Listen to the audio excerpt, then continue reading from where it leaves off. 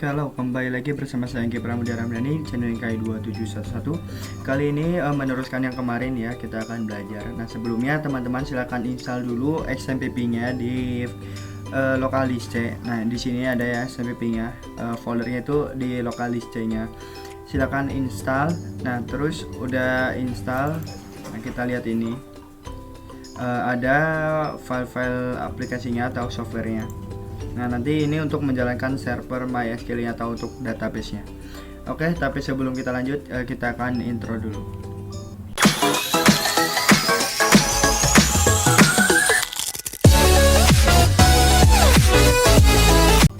Ya, kita masuk ke foldernya, terus buka smpp control.x yang ini ya. Smpp controlnya buka. Nah jadi tampilannya seperti ini. Nah seperti ini. Nah nanti yang MySQL ini kita klik start sehingga sampai berwarna hijau. Nah biasanya kalau awal-awal install itu di sini ada simbol atau gambar silang. Nah itu klik aja, nanti install atau pasangkan dulu ya. Jika sudah hijau seperti ini berarti sudah jalan. Setelah itu kita buka command prompt ya. Oh yang tadi langsung di close juga nggak apa-apa. Kita buka command prompt, kita modifikasi dulu sedikit ininya. Kita perbesar, ketik color A, terus CLS kita bersihkan. Nah sudah bersih, kita masuk ke folder SMPP, masuk ke MySQL, masuk ke bin ya, masuk ke sini. Caranya itu cd c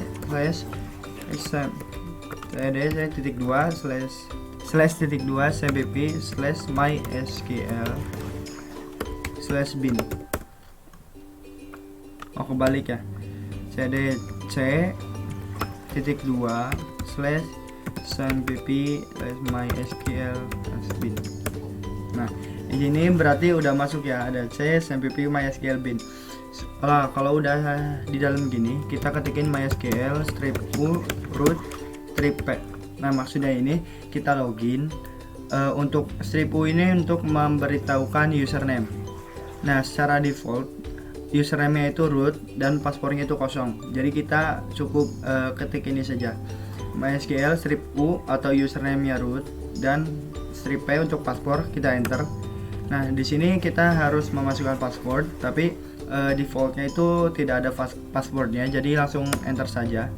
Nah di sini sudah masuk ke database-nya. Di sini ada tulisan MariaDB none ya. Nah perintah pertama yang akan saya bahas itu adalah menampilkan waktu sekarang. Kita ketikkan select now. Nah jadi waktu itu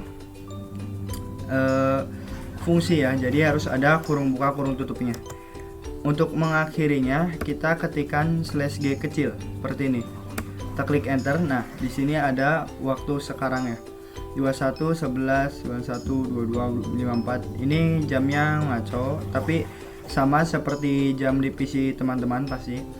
Nah ini akhirnya kan kalau bahasa pemrograman titik koma. Nah kalau database itu /g seperti ini, tapi menggunakan titik koma pun bisa. Kita coba select now titik koma.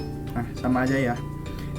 Ada juga bisa ditampilkan seperti ini, select now terus select now /g besar now nya. Nah kalau seperti ini sama aja, tapi nampilinnya itu secara ke pinggir tuh vertikal apa horizontal, saya nggak tahu, lupa saya. Nah yang penting kalau G-nya gede itu nampilinnya ke pinggir ya. Kan kalau ini mah now terus di bawahnya ada waktunya, kalau ini now titik 2 ada waktunya, seperti itu. Nah selanjutnya kita juga bisa menampilkan user atau penggunanya.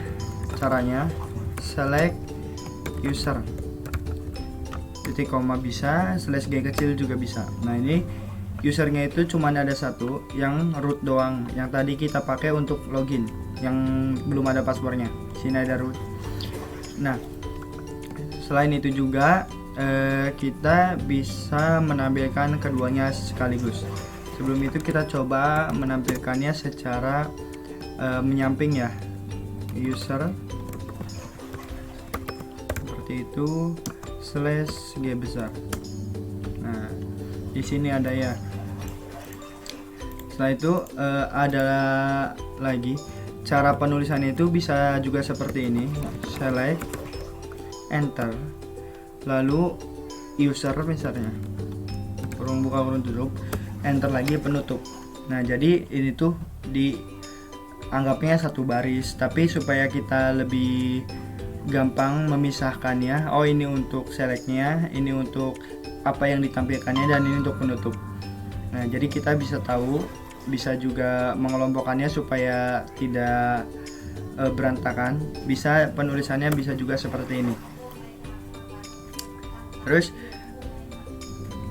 yang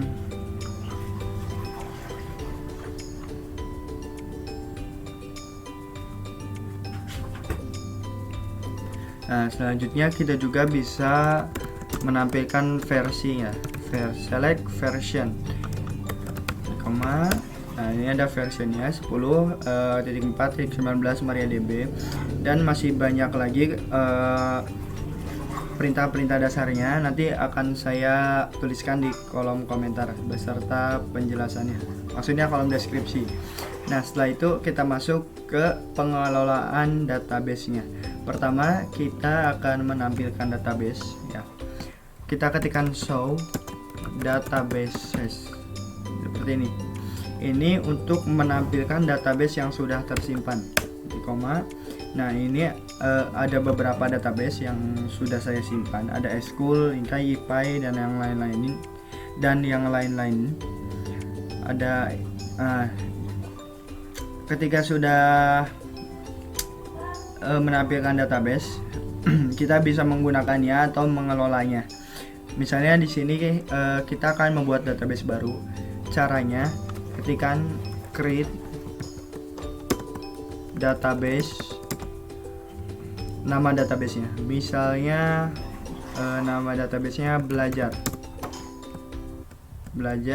SQL seperti itu.